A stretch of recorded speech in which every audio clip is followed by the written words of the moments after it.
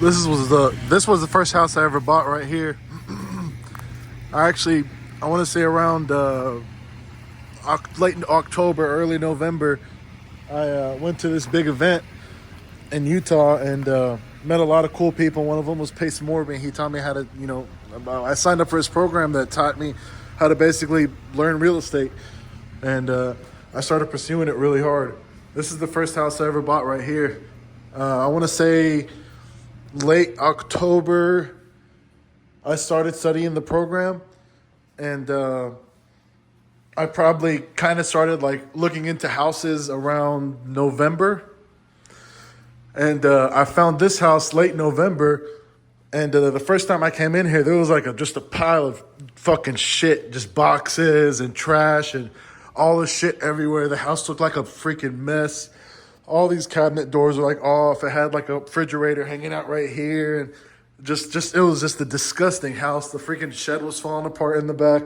It was a nasty house. This is the first house I ever walked into and like purpose to buy it. And I was like, hell no. And I just left.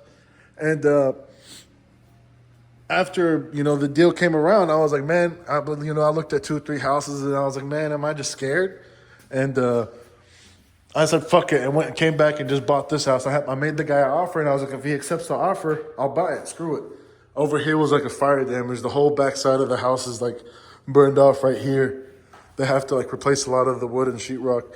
And it was like a creative financing deal to where I basically bought their mortgage, and I kept their mortgage in place, and it only costed me like $15,000 out of pocket.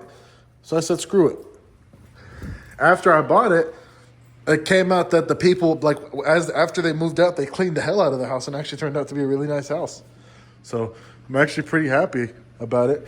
And I started, I sent my sheetrock guys to start fixing the sheetrock and doing new floors and stuff. And a really good friend of mine that I met in the, first couple weeks of starting real estate told me, hey, let's just try selling it the way it is.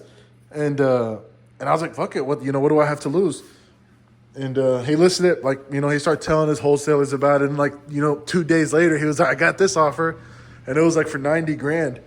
And my total payoff, basically what I would clear would be like I think $5 or $6 grand.